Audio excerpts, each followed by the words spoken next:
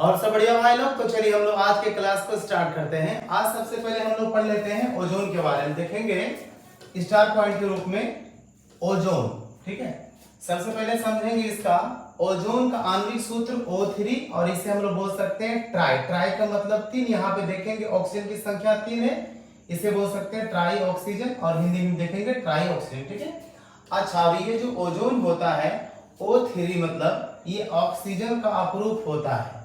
संरचना की बात करें तो यहाँ देखेंगे एक ऑक्सीजन ऊपर में लेते हैं, दो बॉन्ड देके एक ऑक्सीजन और एक कोऑर्डिनेट बॉन्ड देके फिर से एक ऑक्सीजन को नीचे देते हैं। ये इसका संरचना मतलब किसका O3 का।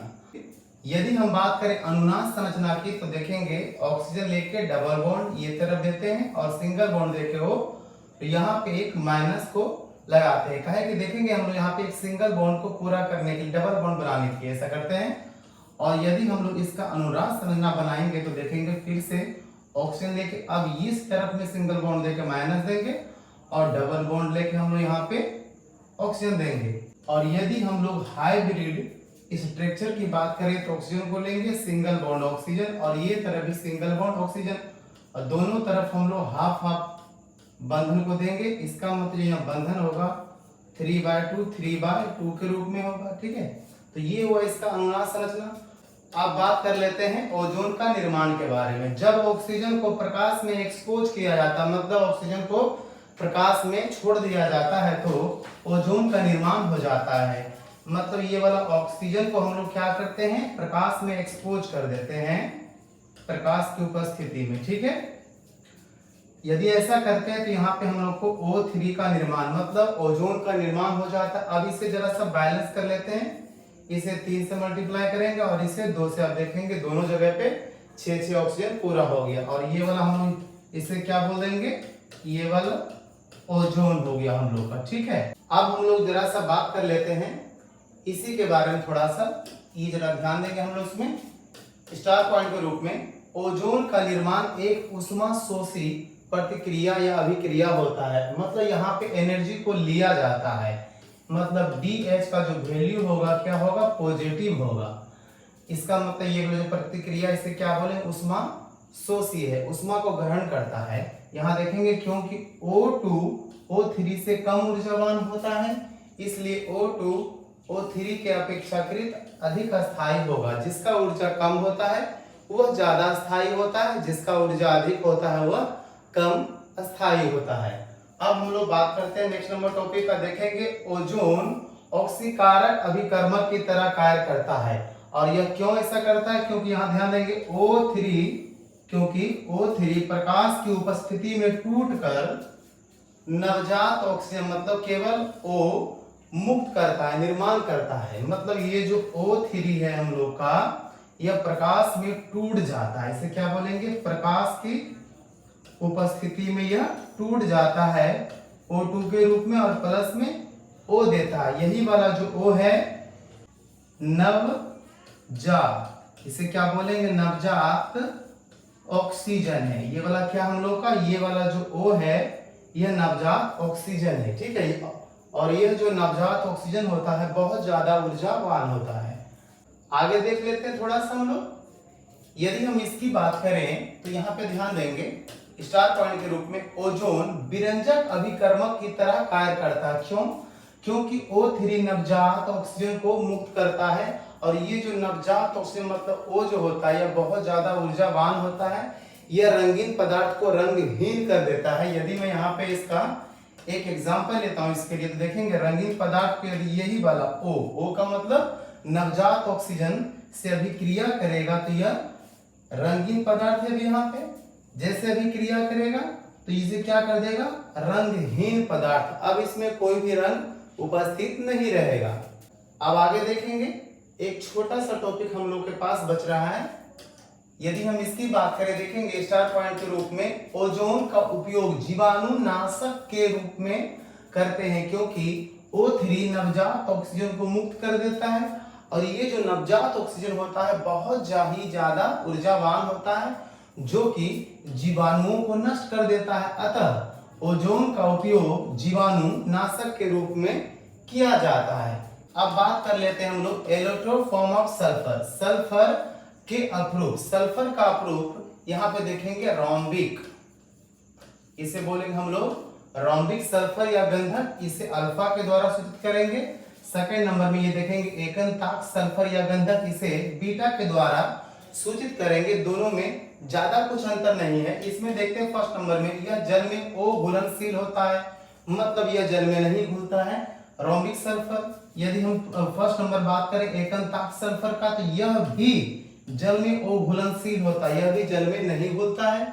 सेकंड नंबर में देखेंगे यह टोलिन्स मतलब मिथाइल बेंजीन और कार्बन डाइसल्फाइड मतलब CH2 में घुलनशील होता है। सेकंड नंबर भी यह भी टोलिन्स मतलब मिथाइल बेंजीन या फिर कार्बन डाइसल्फाइड में घुलनशील होता है।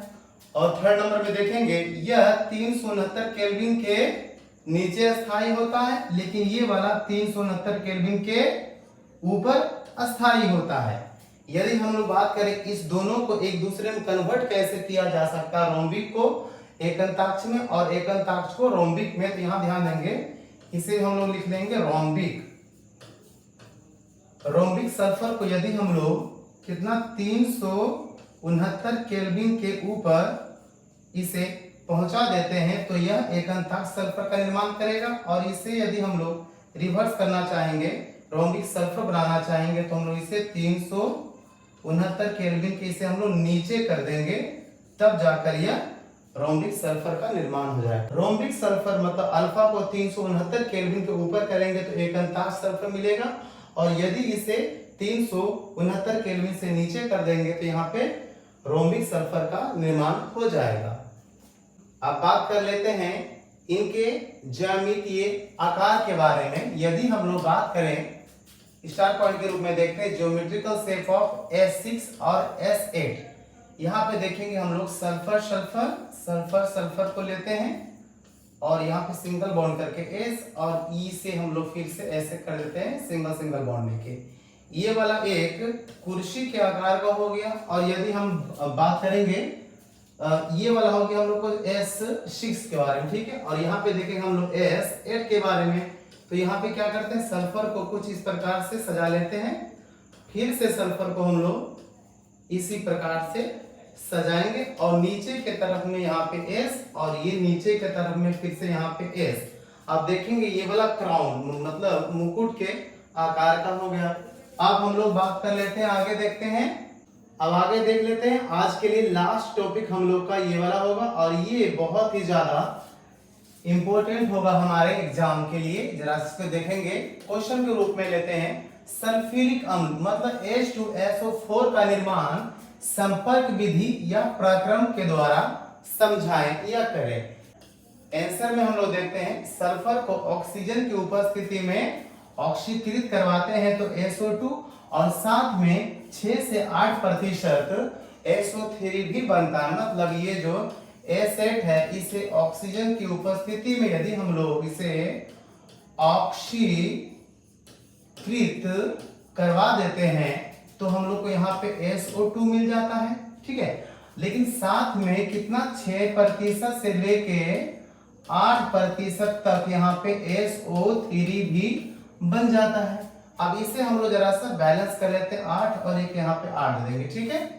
अगला नंबर स्टेप में देखेंगे, पुनः प्राप्त SO2 को ऑक्सीजन के साथ यदि V2O5 उत्प्रेरक की उपस्थिति में अभिक्रिया करा देते हैं तब यहाँ पे हम लोग को SO3 गैस बन जाता है। मतलब ये वाला जो SO2 है यदि हम लोग इसे ऑक्सीजन के साथ अभिक्रिया करवाएंगे, लेकिन उत्प्रेरक क्या लेना पड़ेगा, V2O5। यदि ऐसा करते हैं V2O5 को उत्प्रेरक के रूप में लेते हैं तो हम लोग यहाँ पे यह SO3 का निर्माण हो जाता है, ठीक है। इसे हम लोग बैलेंस कर देंगे। यहाँ पे देखेंगे 2 सल्फर, यहाँ पे 2 सल्फर 2 3 6 ऑक्सीजन और यहाँ पे 2 2 4 2 6 ऑक्सीजन। अगला नंबर स्टेप में देखेंगे, पुनः प्राप्त SO3 को H2SO4 के साथ अभिक्रिया करा देते हैं तो यहाँ पे ओलियम मतलब H2S2O7 का निर्माण होता है। मतलब ये वाला जो SO3 है यदि हम लोग इसे H2SO4 के साथ अभिक्रिया करा देंगे तो यहाँ पे हम लोग को H2S2 O7 प्राप्त होगा और हम लोग इसे क्या बोलेंगे, ओलियम। इसे क्या बोलेंगे हम लोग, ओलियम बोलेंगे, ठीक है। और लास्ट में क्या करते हैं, यही वाला जो ओलियम हम लोग को प्राप्त हुआ है इसे क्या करेंगे, पुनः प्राप्त ओलियम, मतलब H2SO7 को जल के द्वारा तनुकृत करवा देंगे, जिसके फलस्वरूप 96 से लेकर 98% और ये भी शुद्ध रूप में हम लोग को H2SO4 मतलब सल्फ्यूरिक अम्ल का उत्पादन हो जाएगा, निर्माण हो जाएगा। और ये जो सल्फ्यूरिक अम्ल का उत्पादन करेंगे हम लोग, ये किसके कौन से विधि के द्वारा करेंगे, संपर्क विधि के द्वारा करेंगे। बस तो आज के लिए इतना ही। मैं अभिषेक युगल आपसे लेता हूं विदा, मिलता हूं आपसे अगले क्लास में। तब तक के लिए जय हिंद, जय भारत।